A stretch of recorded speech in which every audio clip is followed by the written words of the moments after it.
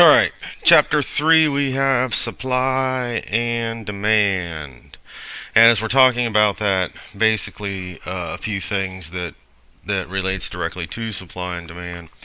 We're talking about three questions every society has to answer. What are we going to produce? How are we going to produce it? And for whom are we going to produce this?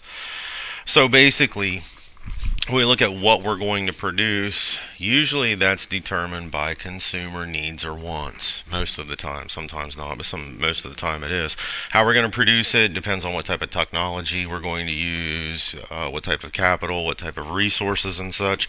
And then who we're going to make it for. Well, in this country, in our economy, we make it for whoever can afford it. So if you can purchase it, you can afford it, you can have it. So, buyers and sellers in a market. Well, when we talk about a market, the market for any good, that's all the buyers and sellers together, and they get through in voluntary exchange to make an exchange of goods and or services. So, buyers want some type of benefit from something that they buy, and sellers want to make a profit.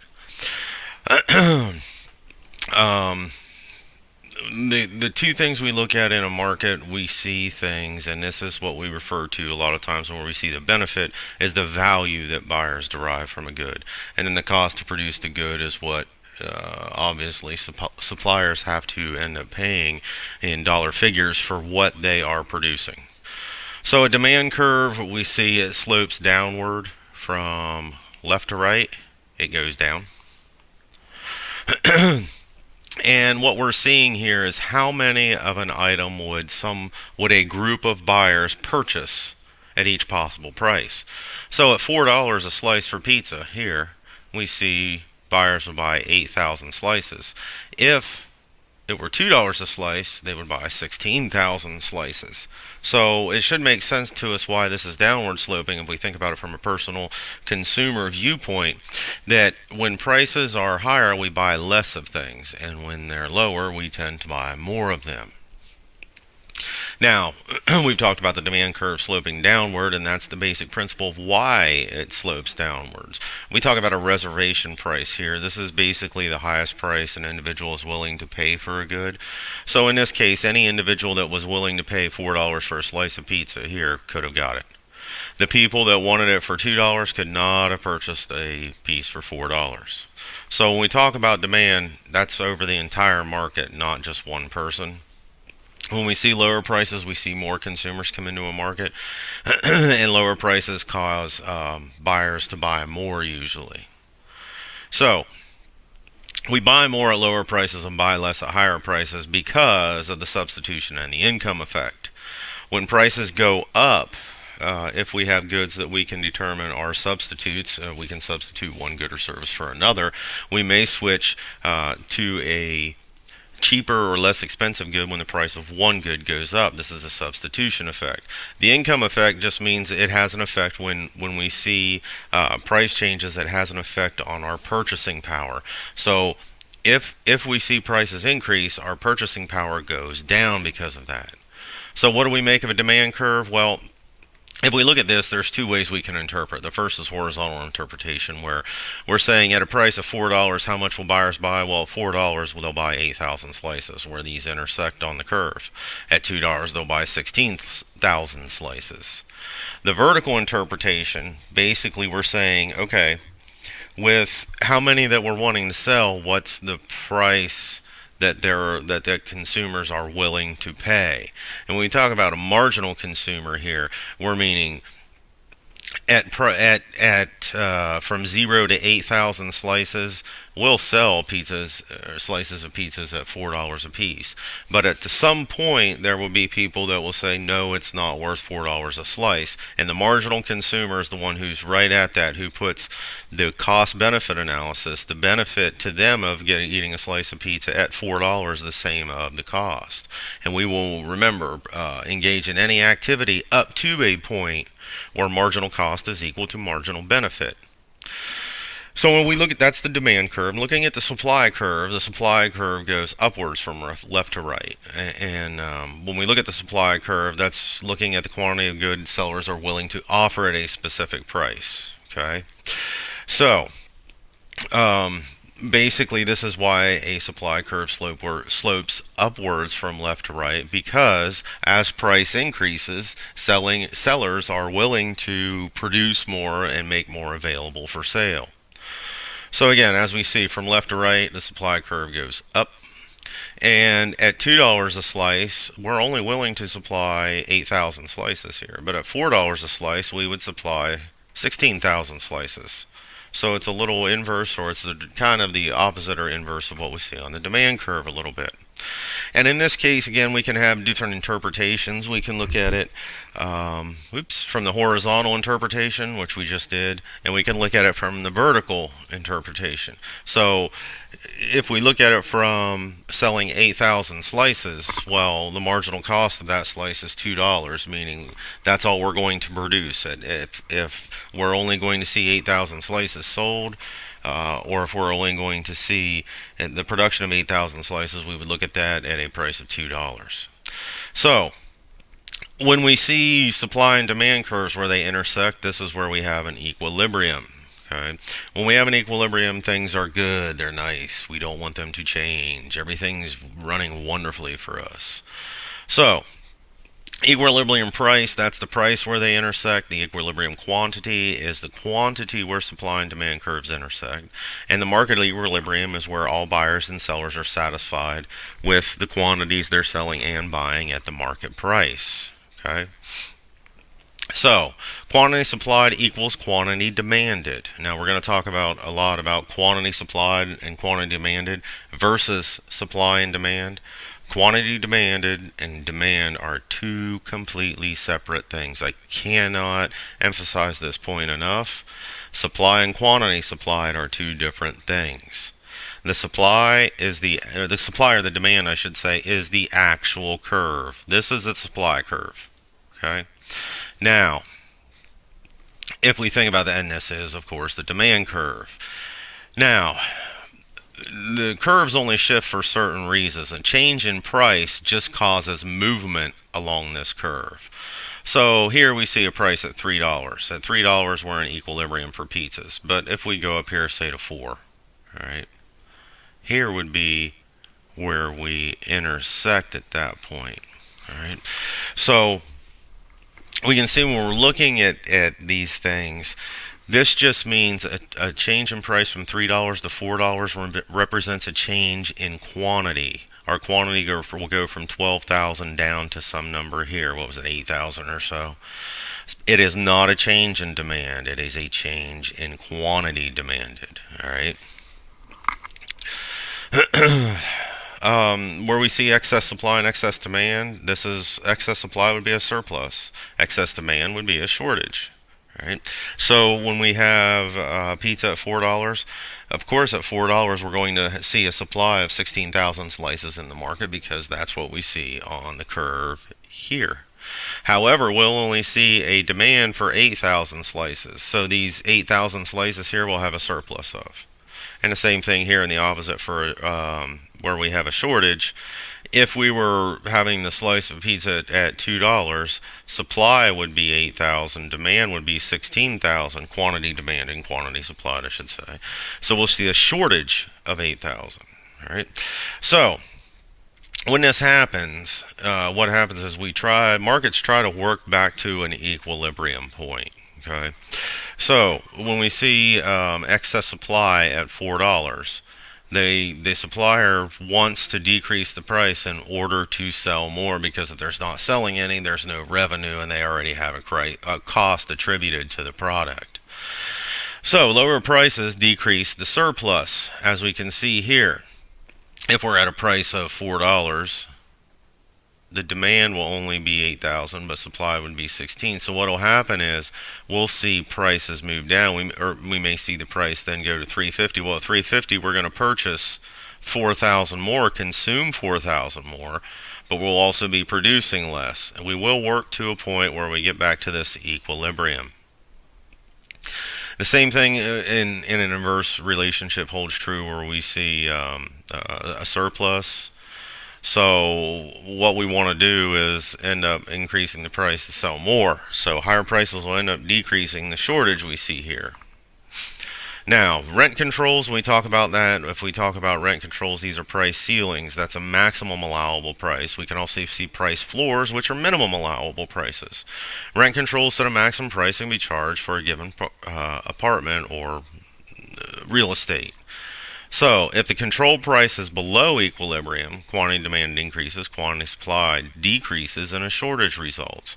So, if actually this is the equilibrium point for rent in a market for New York City apartments, but they put a price ceiling in of 800, then renters or landlords would only be looking at supplying 1 million apartments at that price. Whereas renters, we would see a number of apartments at $800 demanded at 3 million. So when we see a price ceiling, we're going to see instances where some consumers that would buy at that price are going to be left out. Now, movement along a demand curve, we talked about this. I mentioned this a couple slides ago. So when price goes up, quantity demanded goes down. That's an inverse relationship. That's basically the law of demand. And the inverse holds true for supply. So when price moves down, buyers buy more. The quantity demanded increases. It moves along the curve. Okay, the curve doesn't shift, it just moves along it. A change in quantity is a change along the curve. Right? A shift in the curve, a shift in demand or shift in the supply, a shift in demand to the right is an increase in demand. A shift to the left, going this way, would be a decrease in demand. Okay? So, if we look at it and buyers are willing to buy more at a certain price, then demand increases, but if they're willing to buy less, demand decreases. And we'll see here in a minute there'll be some there are some instances and only certain things that change or shift that curve of supply and demand. Now the same thing happens with supply, it happens along demand. When the price changes, we see movement along the curve, not a shift of the curve. That's a change in quantity supplied. However, we can see a shift in supply when we see sellers willing to offer more for sale at each possible price. That'll increase our supply. We'll see this shift to the right. When they're going to offer less because prices are lower, we see a shift to the left. This is just a graphic on a tennis court and tennis balls because these are what we call complementary goods. We can have complementary, or as we talked about earlier, substitute goods. Complementary goods are goods that are used together. Probably the perfect example everybody knows is a cell phone and an app. Those are complementary goods. A fax or a copier and paper are complementary goods. So, we see shifts in demand. When the curve shifts, when we see there's a shift in supply here, where the supply curve moves, here's a shift in demand. All right. Causes of shifts in demand. Why did this happen? Well, we could have price of complementary goods, the tennis courts and tennis balls examples. What we see here, as tennis courts rentals, the prices of those go down, tennis ball sales increase. Because it's cheaper to play tennis, then people will play more, and the sales of tennis balls will increase. It should make sense if we think about it like that. So prices of complementary goods are one thing. Prices of substitute goods are another thing. Email and snail mail, they say, are substitutes. For me, honestly, and there are consumer preferences that come into play in these situations as well. But you could look at substitute goods with regards to the generic versus name brand items. We could see a substitute goods. We could see a substitute good as different. If you drink bottled water, drinking water out of the hose is a substitute for you in the moment. We can see it through income, whether it's a normal or inferior good. Normal goods increase, we see increases in quantity demanded as income increases, or increases in demand, I should say, as income increases for a normal good. And we see decreases in that demand when income goes down. An inferior good is the opposite. An inferior good, we see increases in the demand for when income goes down, and we see decreases in the demand for that when income goes up. You can think about it as maybe, in a way, hot dogs and burgers versus steaks. When you make more money and have more income, disposable income, you are more prone, or most people would think you would be more prone to buy a steak and eat steak. That would be a normal good. As your income decreases, if you get less money, you're probably not going to be eating as much steak. And if you look towards a red meat type of protein, you might be seeing like hot dogs and hamburgers, which would be cheaper. As your income goes down, you might buy more of those. That's why those are termed inferior goods. And we can also have personal preferences, which could cause a shift in demand, whether individuals or collective groups of individuals like one thing or another can shift the demand. And we can also see expectations about, basically when we talk about the future, we're talking about future prices. So, for example, if you're looking at buying a car, that's why they say a lot of times you might want to wait until new models come out and you can get a price break on an older model. This is what we talk about expectations about future prices. If we expect the price to be lower in the future, we'll probably see a decrease in the demand now because we'll wait until that price is lower in the future. All right. This is just an example of a demand and supply curve for apartments near the DC metro station. If wages rise, the demand for the apartments near them increases. Okay, and we can see when the demand increases, it moves from D to D, D1 here, D naught. What happens is the equilibrium price and quantity goes from here up to this area. So price increases and quantity demanded is going to increase. This is what happens with a normal good. The opposite happens with an inferior. In supply, much like we talked at causes of shifts in supply, we have causes of shifts in demand. Now, change, what might cause a demand curve to shift might be a change in the price of an input. This has fiberglass for skateboards, but just think if the price of sugar goes up, probably Hostess will cut down on some production of their higher sugar-containing goods. A change in technology, we could see it be more. We could see technology change in a sense where we can either produce more with the same amount of resources we have, or we can produce for a lower cost. So we could see the supply shift because of that. Whether this determines agricultural commodities, outdoor entertainment. Number of sellers in the market is a big one. The more sellers you see in the market, you probably see a greater increase in supply. Fewer sellers, fewer supply. And then again here, expectations of future price changes, just like we had in demand. So when we're looking at this type of thing, when we talk about these expectations of future price changes, if we expect, and it depends on what that price is. If we expect the price of a raw material to increase in the future, we may increase production now. So we may see an increase in supply because when the price in that raw material that we use for production increases, we'll have to produce less or we'll have to charge more. So here's an example of a shift in the skateboards. We see cost of production affecting the supply. The cost of the fiberglass increases. That'll shift the supply curve to the left, which means we were in equilibrium here. We will now be in equilibrium here. At this point, we were looking at really a market buying 1,000 skateboards at $60 per month. Now we're going to be looking at an $80 price. They're going to be buying 800. So price never, ever, ever, ever, ever, ever, ever. What this says is so important. Price never, ever, ever affects demand or supply. Only quantity demanded or quantity supplied. Here's another thing for home construction. If we see more labor come into the market so that the supply of cost of labor decreases, so the supply increases. The cost of labor being one of the raw materials that we use in construction of homes. Well, the supply would be able to increase if that cost was less because now the price of a house will go down. So when we see it here, this was our equilibrium at first, but now that we see the cost of labor decreasing or lower prices decrease, we can see our supply shift to the right. And what this will mean is we'll go from an equilibrium point of $120,000 per house at 40 houses per month being sold to $90,000 and 50 houses being sold. So 4 rules we see here. An increase in demand will lead to an increase in both equilibrium, price, and quantity. And we can see going from D to D naught. Here's our equilibrium here. Here's our new equilibrium. We can see quantity did increase, price did increase, so both those hold true. A decrease in demand is going to lead to a decrease in both price and quantity. Okay.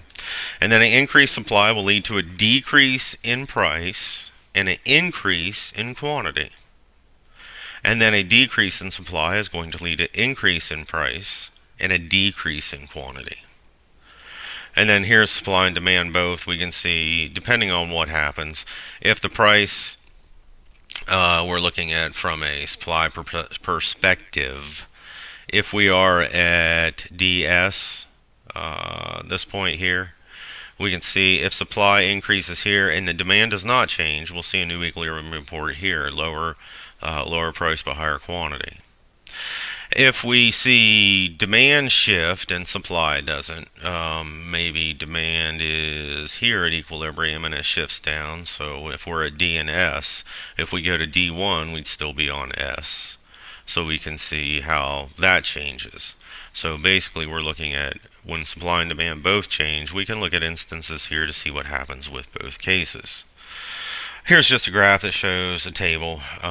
Efficiency and equilibrium, when we talk about it, really we're looking at the difference between what we see in benefits and costs. And that really is what we look at in that economic surplus. We can see a consumer surplus, we can see a seller surplus, and the combination of both those is economic surplus in the market. So when we look at this buyer surplus, as we said, this is the highest price a buyer is willing to pay minus the market price. So if you value something for $4 and can buy it for $3, your surplus is $1. Seller surplus is we take the market price and we subtract from that the lowest price the seller will be willing to purchase it for. That's their surplus. So when we add buyer and seller surplus together, we get essentially the surplus in the market, or see what the economic surplus is. Now when surplus is maximized, what they say is there's no cash on the table, there's no deadweight loss, there is no loss to economic impact when we see a market in equilibrium. So, an economic efficiency level just means we're producing at socially optimal level. Okay? An efficiency principle states that equilibrium price and quantity are efficient if the sellers pay all costs of production and buyers don't have to pay them, and buyers receive all the benefits that they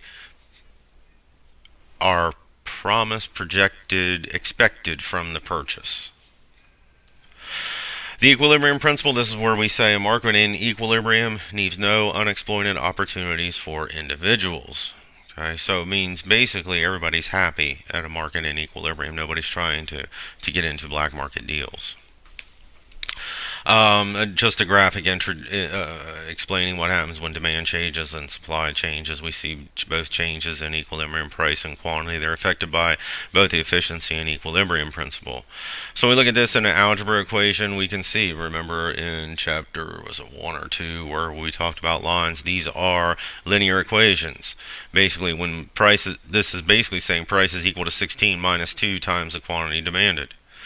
So this is saying that we have an intercept at 16. I should make that a little higher. At 16, we have an intercept here and the price goes down. Okay. And then we can also see, price is equal to 4, where we could see it as a 4 down here, plus 4Q. This would be supply and demand. I think they don't show them. But anyways, how can we figure out what our equilibrium price is looking at these two? Well, we set these two equal to each other. This is an algebraic trick. If you've had algebra, you probably know this. But if P is equal to both of these both have to be equal to each other. So we're looking at 16 minus 2Q is equal to 4 plus 4Q. So if we know in an equation what we do to one side, we have to do the other. So if we add 2Q to both sides, we get 16 is equal to 4 plus 6Q. Subtract 4 from each side. Now we get 12 is equal to 6Q. So Q is equal to 2. And if we plug that back into the equation where Q is 2, and we can plug it into either one, we'll plug it in down here. We'll have P is equal to 4 plus 4 times 2. 4 times 2 is 8, plus 4 is 12. So when quantity is 2, price is, what did I say, 12? 4 times 2 is 8, plus 4 is 12. So this should be a point where we're looking at 2 and 12 here. This is how we can determine it from linear form. And they show us that, they show us that on the next, on the next slide. 2 and 12 are what we get. So that's chapter 3. Chapter 4 will be along in a day or 2 or 3 or sometime before the weekend's over. Anyways, you have any questions, call, text, or email. Other than that, enjoy your evening and the rest of your week. I will see you in the next one. Bye.